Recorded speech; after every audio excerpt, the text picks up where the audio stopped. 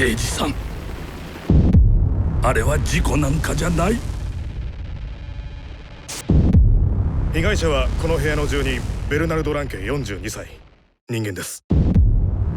まさか2つの事件の犯人が同一人物だというのか。犯人は私が探します。モンブランのような頑丈なロボットをバラバラにすることなど人間には不可能です。ロボットは人を殺さない。我々がそう作ったからだ。俺たちは進化してると思わないか。君を見ていると人間かロボットか識別システムが誤作動を起こしそうになる。人間とロボットは近づきつつある。断ち切らなくてはならない。この犯人はまたやる。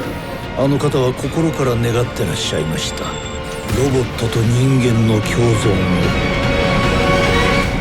犯人は人間なのか、それともロボットか。